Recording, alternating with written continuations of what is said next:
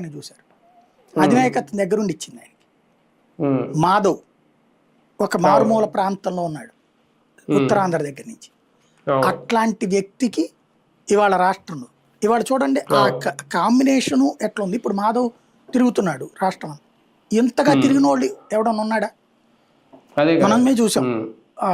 అంత ముందు ఉన్నటువంటి హరిబాబు గారు, లేకపోతే ఆ తర్వాత చూసినటువంటి ఆయన పేరేంటిది, మన కన్నా లక్ష్మీనారాయణ, సోమవీర్రాజు, పురంధేశ్వరి, ఇట్లా మన కళ్ళెదురుగుండా జరిగిన మార్పుల్లో చూస్తే ఇన్ని కార్యక్రమాలు, నిరంతరం కార్యక్రమాలు, అది పబ్లిక్తో లింక్ అయ్యి ఉన్న కార్యక్రమాలు, ఇటు కూటమిని సమన్వయం చేసుకుంటూ ఇటు పార్టీని పికప్ చేసుకుంటూ వ్యూహాత్మకంగా వెళ్తున్నాడు కదా అతను.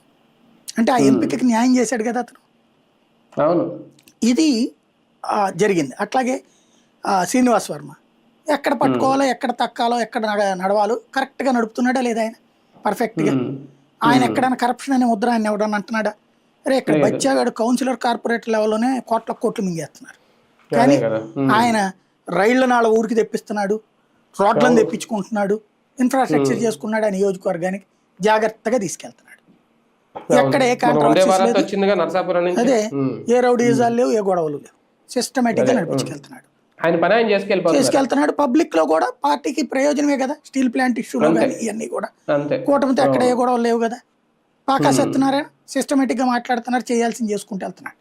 సోమవీర్రాజు కూల్, తనకి ఇచ్చిన పని దాంట్లో మాట్లాడడం వరకు తీసుకెళ్తున్నాడు. అంటే పార్టీ నిర్ణయానికి బద్దులుగా పార్టీ బాధ్యత ఎట్లాగా అన్నది చేసుకెళ్ళారు వీళ్ళు. అదే సందర్భంలో జాతీయ స్థాయిలోనైనా వాళ్ళ ఆలోచన ధోరణి అట్లాగే